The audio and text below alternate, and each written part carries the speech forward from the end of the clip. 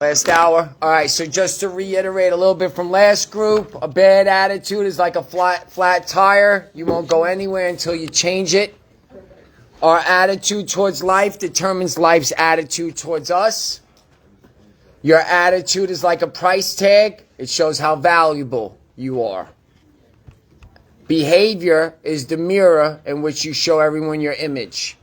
We want to start having people see us differently. We got to start changing our behaviors. All right. Human behavior flows through three major sources: desire, emotion, and knowledge. Scientists, as well as God, both believe that the heart is the source of wisdom, desire, and emotion. Delight yourself in the Lord. He will give you the desires of your heart. Right. Protect your heart. Everything flows through it. Right. So out of abundance of the heart, the mouth will speak. Death and life is in the power of the tongue. So if we're speaking death in our lives, that must be something in our heart that's making us speak that way, right? So we got to protect our heart. How I protect my heart is I read the Bible. If you don't believe in Jesus or God, you got to find a way to protect your heart, and that's a spiritual journey. Only a spiritual journey will protect your heart. I suggest you find one, yours of your choosing, right? Behavior is sometimes greater than knowledge. Because in life, there are many situations where knowledge fails, but behavior can handle it. You might not know how to get through something, but if you know how to behave, you'll get through it. Oh, yeah. Right? You might not know how to do this right just yet, but if you start behaving the right way, even though you don't know how to do it, your behavior will bring in something into your life. All right? So just because we don't know how to do something, we could still behave properly, though. Right? So very good. Yeah. Fentanyl. All right? Your beliefs don't make you a better person. Your behavior does. Faith without works is dead. Just believing in God is not enough. Your actions must show that you believe in God. What did James say? You have faith, I have deeds. All right, well, show me your deeds apart from your faith, and I will show you my faith by my deeds. So if there's a way I could say that in 2025, show me who you are without social media, and I will show you who I am through my social media. A lot of people live certain lives on social media, but they're not living it outside social media. Yeah. Everything that's on my social media is what I'm living when nobody's looking to. Right? So people are doing things for views, followers, and likes. I'm doing it for one view, his. One like, his. To follow the path that he's created for me. So do not conform to the patterns of this world. Be transformed by the renewing of your mind. Right? Be careful what you're allowing. Be careful what you're allowing to determine your success today. What determines whether or not you're being successful? If I ask you that question, how would you answer that? How do you know you're being successful? What is indication for you in your life that lets you know that you're being successful? If God is giving me grace or favor when I know I don't deserve it. Amen. Very good. I love that answer. I see signs. Signs, good. Open my eyes every morning. Open up your eyes every morning, good. What are some things that could occur in your life that'll let you know that you're being successful at something? When my spirit gets filled. Very good. Progress, very good. If you're making money, you're being successful. Remember, the Bible says it's the pursuit and love of money. God wants us to make money. There's a lot of people doing God's work making bank. Making bank. But what it is when your love for money goes outside the parameters of what God's love is. Love turns into lust. You need to know this. Lust is love outside of God's parameters. You love money too much, you're greedy. You love food too much, you become gluttony, right? You love sex too much, you now lust. Too much love of too much of anything is what? Bad. You drink too much water all day long, that could actually do something worse to you. So there's a balance that God wants us to have. The balance is to have our love within his parameters. Love people the way God's telling us to love people, not fantasize about people so we can lust on people. Love outside God's parameter will lead. That's why the enemy knows what you like. The enemy makes us want more of it than God wants us to have of it. So when God wants us to have an abundance, the enemy is like, yeah, but you could get more. Go get more. Go get more. So now we love something more than we should, and now it turns into lust. We now remove God from the situation, and now it's about us getting what we want. All right? Most bad behavior comes from insecurity. Most bad behavior comes from insecurities. Right? All right? And then we did the difference. Attitude refers to a person's internal. So attitude's internal, where our behavior is external. So if our behaviors aren't producing results, what do you think we have to do? Change your attitude. Change our attitude. Maybe it's not producing results because we want it now, instead of having the attitude of, I'm going to get it, I just got to wait for it. Right? One of my dreams, people ask me, what's your dreams? I don't have really many, but I have one specific one. At first, I wanted to sell out Madison Square Garden with 50 addicts, get us all in one stadium, and we're going to rock the hell out of that stadium. Now that I've been walking with Christ, I want to have 50,000 Christians in Madison Square Garden because I'm a kid from New York. But listen to me for a second. I already sold out Madison Square Garden. I'm just waiting for them to call me with the date. So therefore, I make sure I don't do anything today that will remove that opportunity in my life. See my attitude?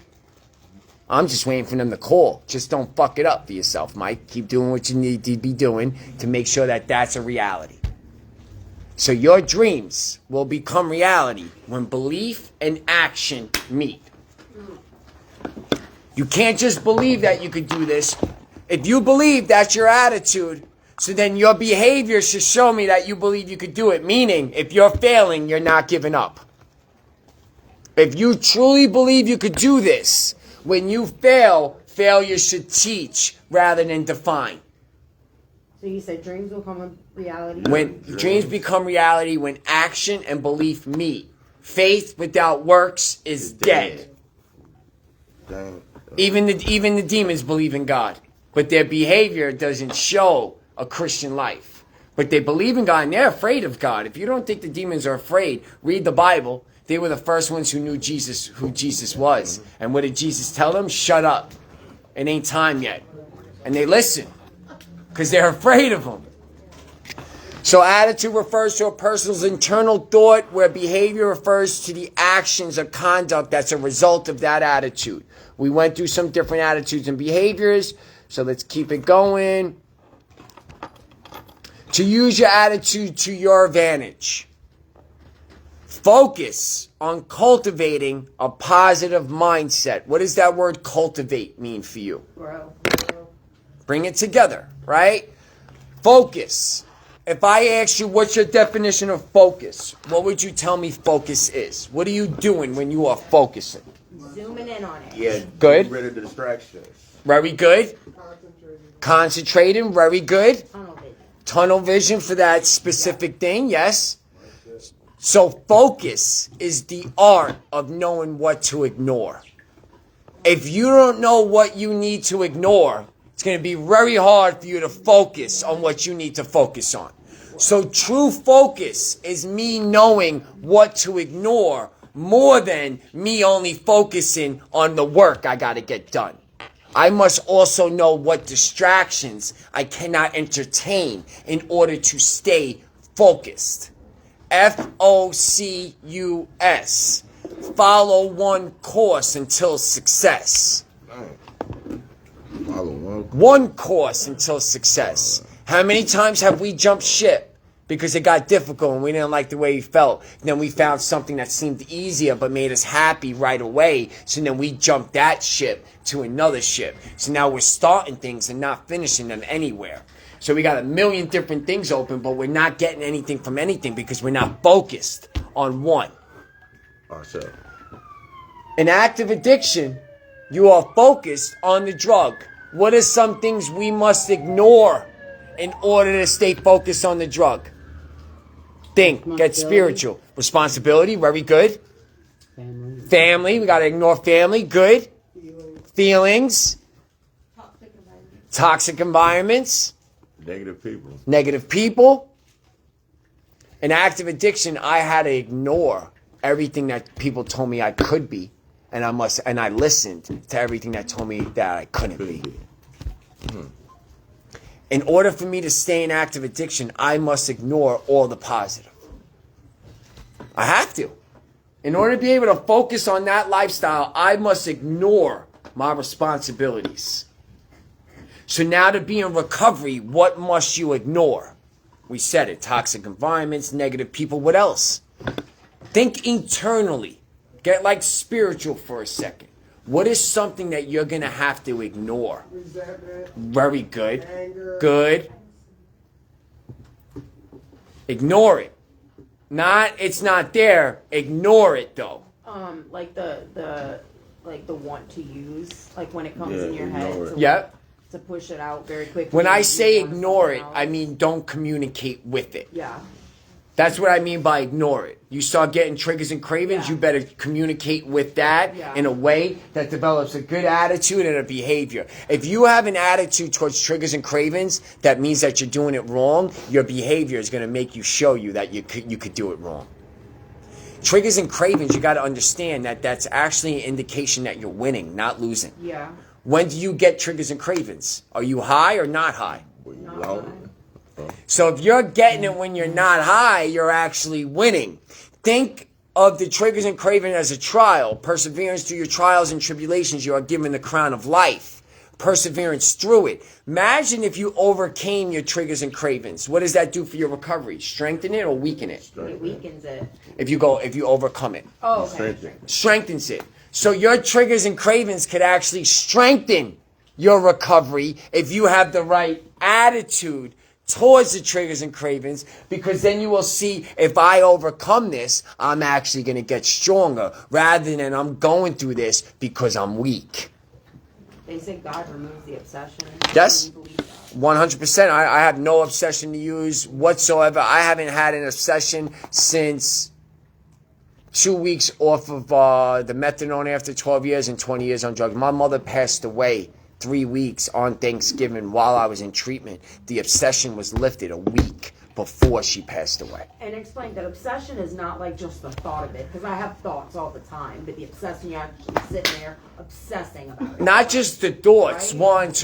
You're fantasizing, you're reliving things, you're remembering how good you felt in this moment, but yet you're not remembering how horrible you felt withdrawing in the jail cell. Like with ex-girls, right? I used to only think about the good moments, right? And get back with them, and everything would go right back to where it was. And I'm like, yo, what the fuck am I doing, bro? And then break up with them and then get back with them again. Wow. Because all I ever thought about was the good times, and I never allowed I only focused on the good times, and I ignored the bad times. And because I ignored the bad times, I was able to create even more worse times on top of it, right? So yeah, use your attitude to your advantage. Focus on cultivating a positive mindset. Practice gratitude. Anyone ever here have the attitude of Gratitude? Now you see why. Gratitude. Because if you have an attitude of gratitude, what is your behavior going to become? You know, there's a lot of things they say, a lot of things people would say, and it didn't make sense. So I did a little more research. Attitude of gratitude is because behaviors are a result of attitude. Surround yourself with supportive people if you really want to use your attitude to your advantage. This helps you approach challenges with optimism and resilience. Bible says many hands make light work, right? And wars are not won without a multitude of counsel. It also says, take your thoughts and write them down on a tablet. Meaning, your vision and the things you're having, put them in the paper. It changes things. A lot changes when you get things to paper. So here's a more detailed breakdown. To cultivate a positive mindset, 1, practice gratitude.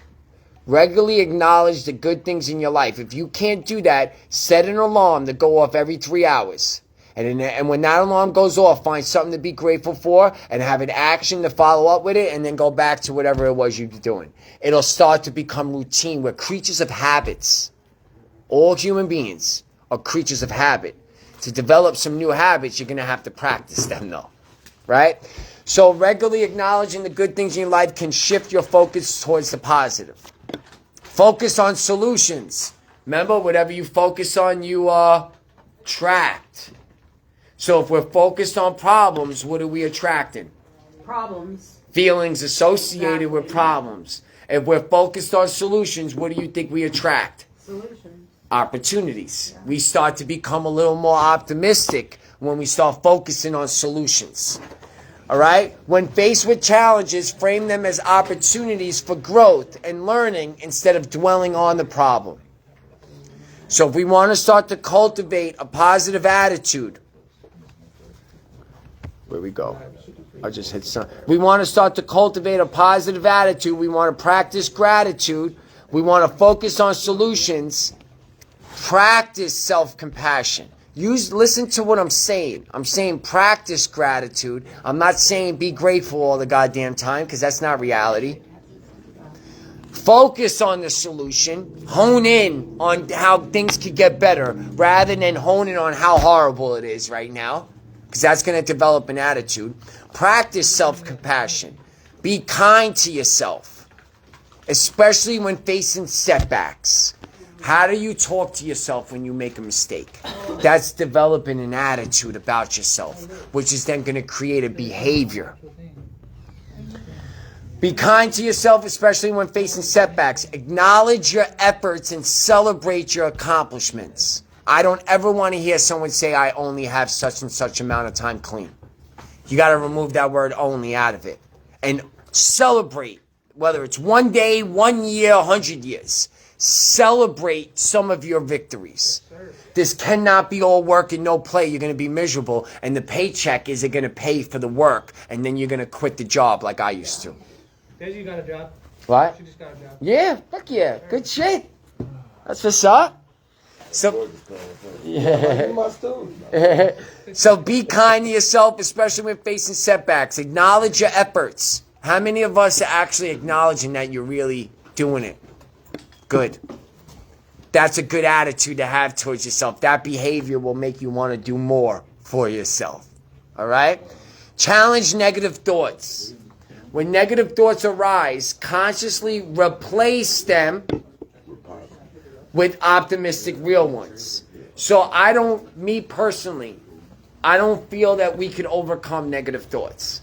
The reason I don't feel like we can overcome them is because if I could overcome it, then I should have never get them back. So I replace negative thoughts with action words. There's a reason why I ask for action words. Action word is how you replace your negative thoughts. For instance, my action word is what? Transparency. When I'm having negative thoughts, I'm transparent with them. Because I'm transparent with them, I'm able to get solutions. If your action word is patience, when you're having your negative thoughts, be patient. Don't act. If your action word is self-care, practice self-care when you're having negative thoughts. I don't care what action word you give me. I will show you how it will replace your negative thoughts. We're better at replacing than we are overcoming. Beer, liquor, coke, MDMA, this girl for that girl, this job for that job, that couch for this couch, this car for that car. We're good at replacing. So instead of trying to overcome your negative thoughts, replace your negative thought with positive action. You don't think you could think negative and act positive? I will show you how we could think positive and act negative. Active addiction, my mind would say, don't go rob that person, Mike. Mike, you don't want to go do that. That's a positive thought. But yet I still did it. So I could think positive and act negative, then you could think negative and act positive. 100%. 90% of our self-talk is negative, scientifically proven. So you better find a way to remove emotions out of your life. You better find a way to be able to still do the right thing even though you're not thinking the right thing. Because if you can't, It's going to be very difficult. So the attitude for me is negativity will happen. But my attitude is that I'm responsible for what I do when I find myself in the negativity rather than holding myself responsible for becoming negative. You see how my attitude towards things allows my behavior to be healthy for me today? Jesus changed my perspective, right? So, challenge your negative thoughts. Take your thoughts captive, the Bible says. I tell you guys, my thoughts are guilty until proven innocent. That's how I challenge my negative thoughts. I take them to people. Surround yourself with positive influences. This is if we want to use our attitude to our advantage. Seek out supportive people. Spend time with individuals who uplift and encourage you. And limit your interactions with those who consistently bring you down. Whoever has your ear has your future. Start reassessing the people that are in your life right now. And start seeing, are they helping you get where you want to go? Are they stopping you? Are they preventing you? Are they pulling your energy? Start assessing the people closest to you right now and start seeing how they might be affecting your attitude in a positive or in a negative way. Like if it's always like complaints and just, Yep. BS. Okay. And then remember what we said, what a proactive attitude is taking the initiative. And a reactive attitude is waiting for things to happen. We know someone shouldn't be in our lives, but we'll wait until they do something to us. Yeah. And by then it's too late. Our behavior is now reacting to them. Instead of being able to be proactive, like, yo, listen, I really love you, but where I am and where you are right now, in order for this to work, this is where I need you to be. That's it. That's standing up for yourself. That person chooses not to do it. That is nothing against you, and it's nothing against them. It's just where they are.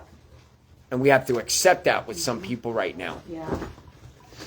Surround yourself with positive, practice positive behaviors. What would be a good positive behavior to practice? Not speeding. Not cussing nobody out. Not cursing nobody out. That's definitely a good one. Saying good morning to people. Very good. Saying good morning. Very good. Having You say what? for their Saying good morning. situation. Yes. That brings a lot. I'll give you one that I think a lot of people underestimate. A smile. Big time. A smile is a positive behavior. Takes more muscles in your face to frown than it does to smile. Sure Plus do. it gives you lines. God made frowning more difficult than smiling, I think, for a reason.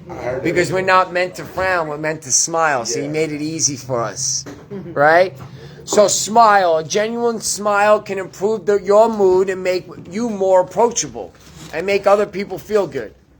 Be optimistic. Approach situations with a hopeful and positive outlook, even when things are difficult. These are positive behaviors. Take breaks. Yes. The best way to study is not to study something for 6 hours straight. It's to study every 30 minutes and then take a 5 to 7 minute break, smoke a cigarette, listen to a song. Allow yourself to receive what you just learned before moving on.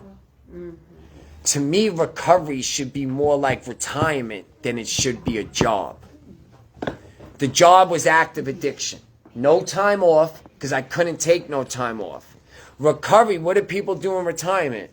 They relax, they travel, they try new hobbies, they meet new friends, they enjoy their life by taking breaks. To me, recovery, you should be able to do nothing and be at peace.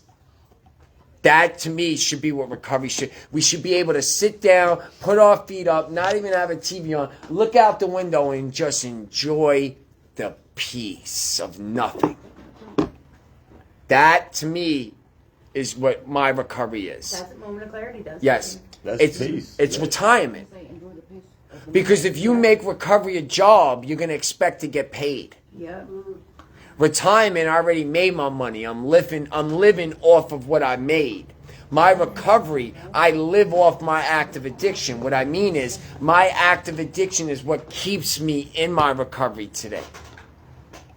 My active addiction is what keeps me in my recovery because my attitude is that I'm going to get paid for the shit I've been through by finding peace in the storm, finding joy, finding those things. How can you make your active addiction an investment where you can get something out of it today and the rest of your life? Because you didn't go through it to forget it. You didn't go through it for it to not be with you the rest of your life. You went through it for a purpose. So how could active addiction now change your attitude towards what you need to do rather than your active addictions giving you a shitty attitude? What's your attitude towards your active addiction? Wasted time? Resent? Guilt? Shame? No, it's a chance to be able Work? to help people and not have to go through what I went through. But that behavior now, you know what I'm saying? So your attitude towards your past will determine your behavior in the present. Your attitude towards what has happened to you in your life is determining our behaviors in this present moment. Change your attitude, you change the circumstance. All right, avoid negative influences. Limit exposure to negativity. For instance, I have not watched television in over 2.5 years. I have not watched the news in 2.5 years, and my day-to-day life has not been affected by it. Just saying. Just saying. I have no idea what really is going on in the outside world. The only time I get information is when people from my team let me know with fentanyl and all this kind of stuff. I'm not reading articles and watching news clippings on fentanyl. I got a whole team that does that for me. Oh my God, Mike, do you know that I'll tell you, the freaking fentanyl overdoses have gone down 30% Yeah. in the United States. It's getting People are the deaths. recovering. The deaths are getting that's- better. yeah, they The shut down. kids are getting educated. have a Resources good- and tools are starting to happen. And then our administration with this president, he's gonna really just put the hammer to the head of the nail, and he's gonna end it. I don't think love it's necessarily the fact that the people are not, is that people are educated about it. Now Like, we the are. people around, like they're not looking, oh my God, I got that drugs. They're like, oh no, this is what's going on with him. There's And what I support, also there's want- education. The education has allowed society to see that it's not a drug addict's problem. Right? Because if it's the leading cause of death to 18 to 45, that's not a specific audience. That's an age bracket. Right. So it's not a specific group of people. It's the whole population of people. So 18 to 45 isn't just made up of drug addicts. Yeah. 22 teens a week are dying. Not all teens are drug addicts. The age group dying the quickest is 14 and under. It's not a drug addict's problem. We were able to get them to change the word overdose to poisoning because it's not an overdose. Overdose means the excessive use of drugs. The 10-year-old kid that's going to take a half a pill is dead. A half a pill is not an excessive use of drugs. A half a pill is a poison. Yeah. Also, why it's a poison is because people are going to buy Xanax and they're getting fentanyl. They're being Fentanyl in it. deceived. So therefore, they were poisoned. By saying poison, society's starting to understand, like, oh, you say overdose, 10-year-old kid thinks it's a drug addict's problem. By also saying overdose, are you implying there's such thing as a safe dose? Because if you're telling me I could overdo something, you're telling me there's enough that I could do that's a safe way to do it. Like heroin, for lack of a better term, there's a safe way to do heroin. You do too much heroin, you have now overdosed. So we were able to change that in actually in That's media. amazing. Media is now actually saying poisoning and not overdose. The families started that, the organization. But that's not why the numbers went down, though, right? The numbers are going down because of education, one, Okay. as well as resources and government agencies working with legislature and community advocates and churches and schools. Our campaign became the one voice.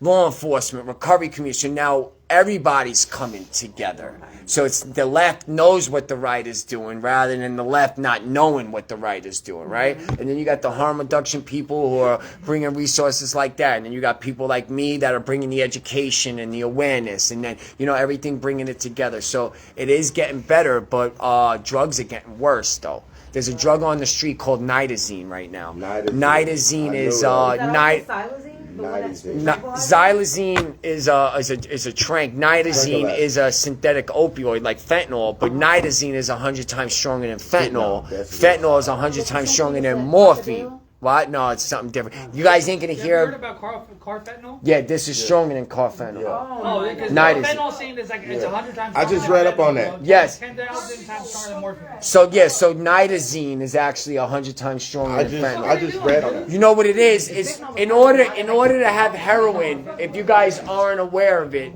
in order to have heroin, you must have an opium farm. Very difficult to hide an opium farm Yeah. from the DEA. Not difficult to order some precursors off the internet and mix it in a pot in your basement and press some pills. Yeah. So what's happening is people are able to now create these synthetic opioids that are so strong, and our government, it's very difficult for them to locate it because it's not a farm. 23 million packages go through this country in a single day. There is no way our government could stop the influx of drugs coming into this country just because of that alone. The Mexican border, if you searched every car, you would find so much drugs, they wouldn't even be able to have prisons to hold the people. So there's no way to stop it from coming into the country. So therefore, we must take away the demand of the drug from the person. In order to take the demand away from the person, people in recovery need to start telling the world the difference between old drugs and new drugs. Because they'll listen to an addict before they'll listen to a cop. They'll listen to an addict before they'll listen to a doctor. Recovery out loud. So that's why I do what I do. You'll get to educate people on the difference between it. Plus, this 10-year-old kid ain't going to the AA meeting or an NA meeting. So the recovery that's keeping us alive, we're keeping it anonymous when that recovery could go save a 10-year-old kid. I ain't with that shit. Nothing about my life is anonymous. Jesus wasn't anonymous. That program, and this is my own personal opinion, I think NA and AA should go away from not promoting and only attraction and start promoting the shit out of their goddamn program.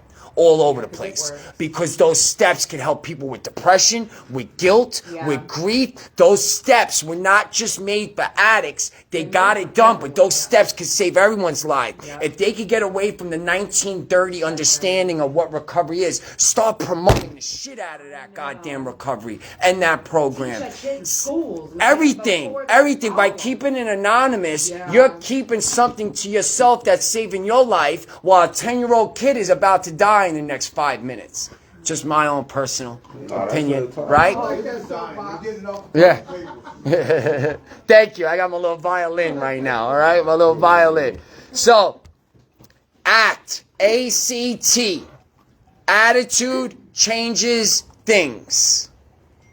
A-C-T, ACT, attitude changes things. Change we can control. What do you think is one thing that's always going to be in your control? You. Your attitude. Our attitude, yeah, you, basically, right? Change we can control is your attitude. In today's rapid evolving workplace world, whatever, right? Life always boils down to choices. Life is always going to boil down to us making a choice, right? And when it comes to dealing with difficulty, we really have two choices. As Maya Angelou said it, she's super dope.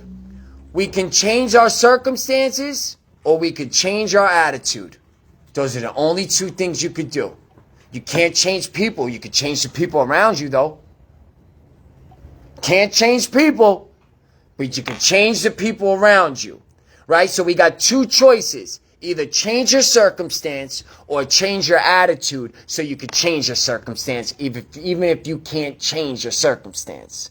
For instance, when I was in jail, I could not change the fact that I'm locked the fuck up. I needed to change my attitude because I needed to change the circumstance in order for survival. You already know how to do it, is what I'm saying. I'm not teaching you something that you don't know how to do. I just want to show you that you could be doing it differently than you have been doing it. That's it. I will give you specific examples how addiction and recovery uses the same characteristic traits, just on a different mindset. Motivation. Anyone ever wake up and not have drugs and still get their drugs? Yes. So you don't need to learn motivation. You need to learn how to use it differently. Determination. First drug dealer didn't pick up. Did you stop? No. So you already have determination. So you don't need to learn how to be determined. We need to learn how to use it differently. Perseverance. Anyone ever lose their job, their kids, everything, and keep getting high? That's called perseverance. The ability to just keep going no matter what. So you don't need to learn perseverance. We need to learn how to use it differently. Resiliency. The ability to bounce back. Anyone ever get locked up for a crime, get out of jail, and perform the crime as soon as you got out of jail? They call that the ability to bounce back. Grit. Doing things you don't want to do. I did a lot of things that I didn't want to do. So look, change your attitude. You will change the way you use those behaviors. So you already know how to do this. You already have the qualities. We need to find the attitude that allows us to use them correctly instead of you trying to learn how to do it. You already know how to do it. You need to change the way in which your mind is telling you to go do it. That's it. Once I learned that shit, it took away a lot. Because recovery isn't something that you could get. You can't buy it on Amazon. I'm sorry. So stop chasing it. Recovery is inside of you. It needs to be brought out of you. It's inside, right? It's an internal job. You've heard it say it. It's an inside job. So recovery has to happen within. Stop trying to get recovery and start attracting recovery by working on the inside rather than worried about what the outside looks like right now. All right, so life always boils down to two choices. I ask myself two questions when life is difficult, and these two questions have changed my life. Maybe it'll change your life. You're more than welcome to use them, right? First question was, life is difficult. What am I doing that's making this so difficult? Second question really changed my life. What am I not doing to make it better? If you honestly ask yourself those two questions when you can't figure something out, you will tell yourself what you need to stop doing, and you will tell yourself what you need to start doing in that moment. So whenever I'm not knowing my next step, I ask those two questions, and it's always revealed to me. Always. If you're truly honest with yourself. Wait, what are they? One more time, Mike? What am I doing that's making this more difficult? And what am I not doing to make this better? Because we could blame everybody for our lives, and I'm pretty sure some people deserve the blame. But at the same time, how much could we have done for ourselves that we didn't do? Exactly. Okay. So if you want to blame people, go ahead. But then blame yourself too. Because you will be judged in the manner in which you judge, the Bible says. So this is particularly relevant in our current era where global events, market shifts, whatever, technology often creates circumstances beyond our immediate control. Sometimes you're going to get put into something that you didn't put yourself into. So since we didn't put ourselves into it, our attitude must change when we're in it so our behavior can get us out of it. Sometimes you're going to be given things that were not in your control. If we have the right attitude, our behavior will get us out of that situation. If we have the wrong attitude, our behavior is going to keep us in this situation and make the situation worse. Look at your life. Bad situations we made worse, didn't we? Yeah. Why? Because the attitude was something happened to us. The attitude was wrong, so the behavior was wrong. So we'll make things even worse on top of things because of our attitude. Not because you're not capable and not because you're not intelligent. Intelligence is acquired and capabilities can be developed through practice.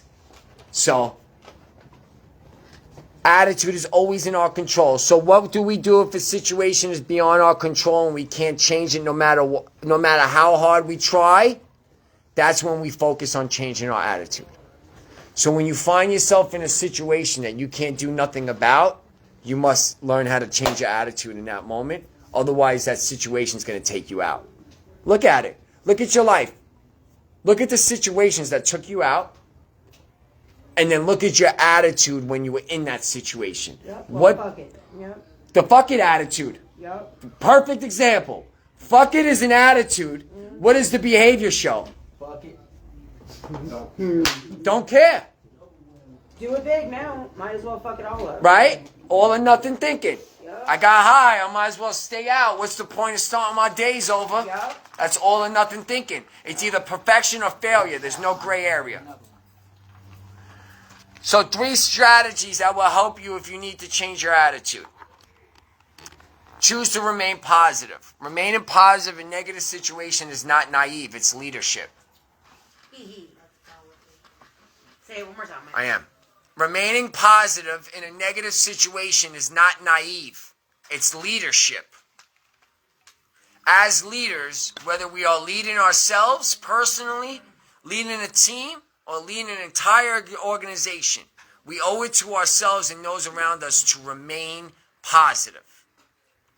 This is especially critical in our work environments, anything, where maintaining team morale and connection requires intentionally being positive and clear communication. A positive attitude is infectious. Misery loves what? Company. So if misery loves company, you don't think positivity loves company? Because it sure does. Hell yeah. Energy is contagious.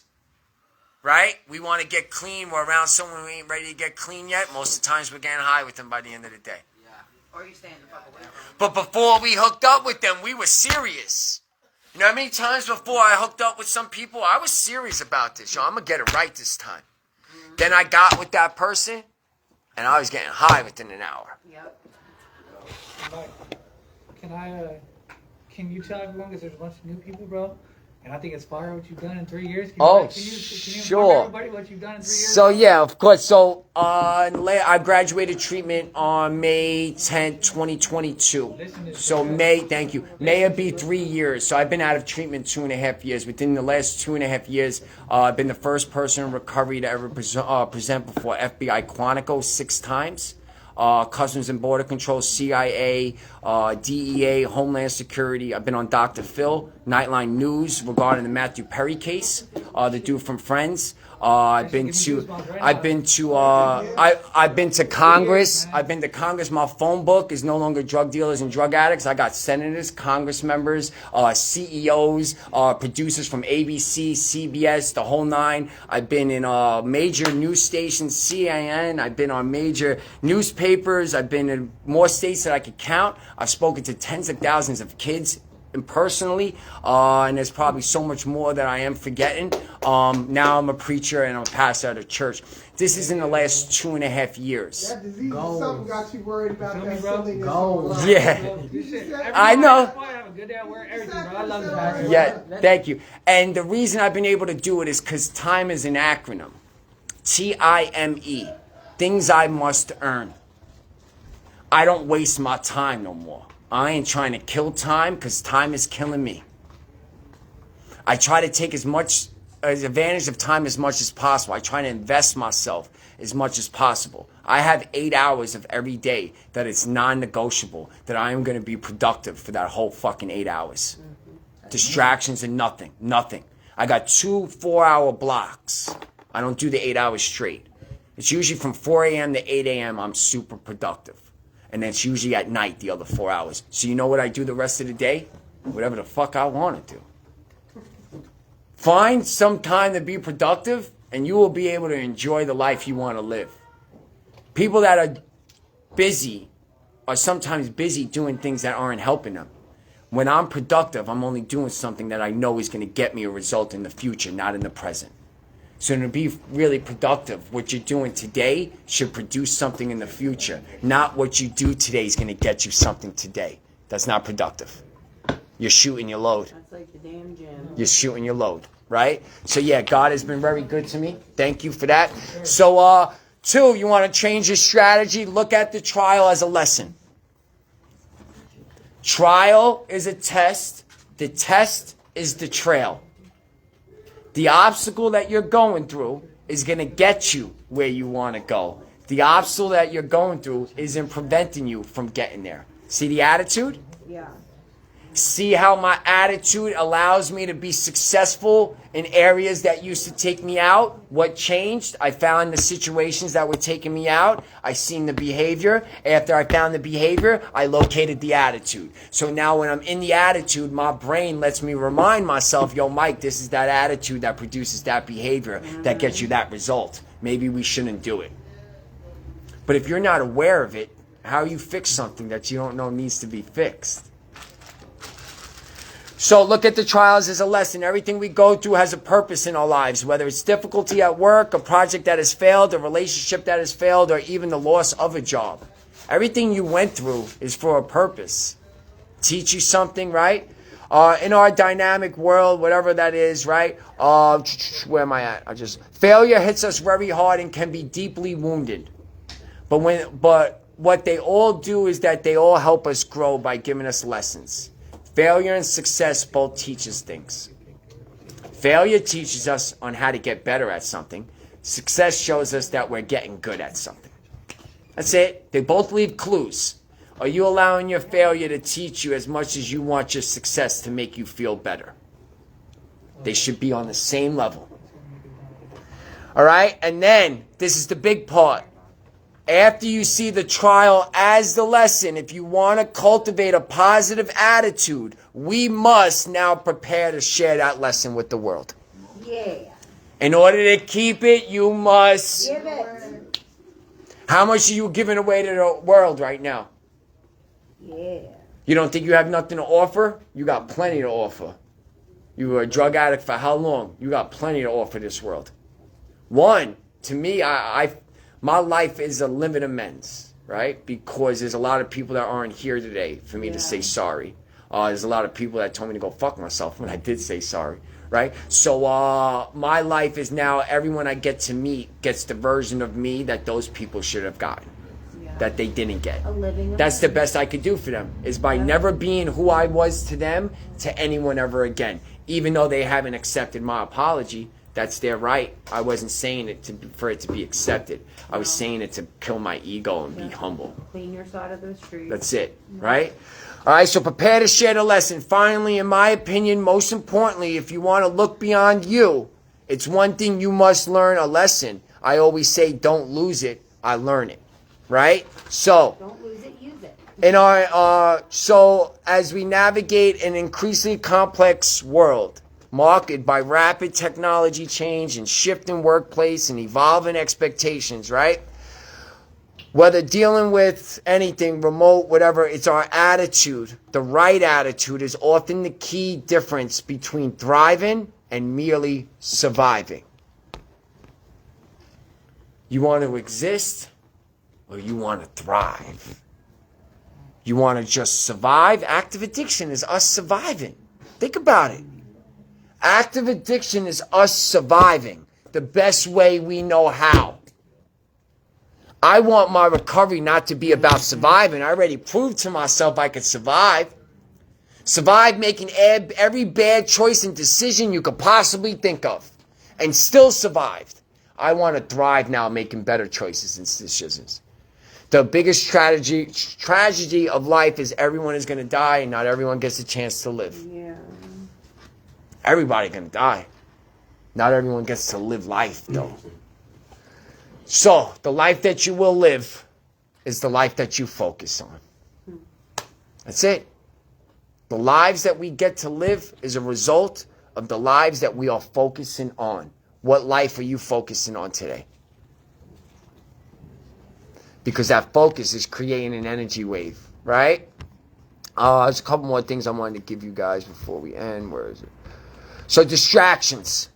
Distractions will mess up our attitude, right? So, what? You said what? Distractions. 4 strategies to overcoming your distractions. All right? We already went over one. Set daily intentions.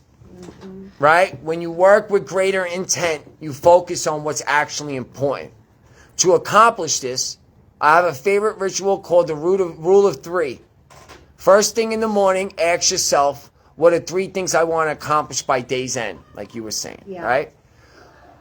Put your other less important task on a separate to-do list.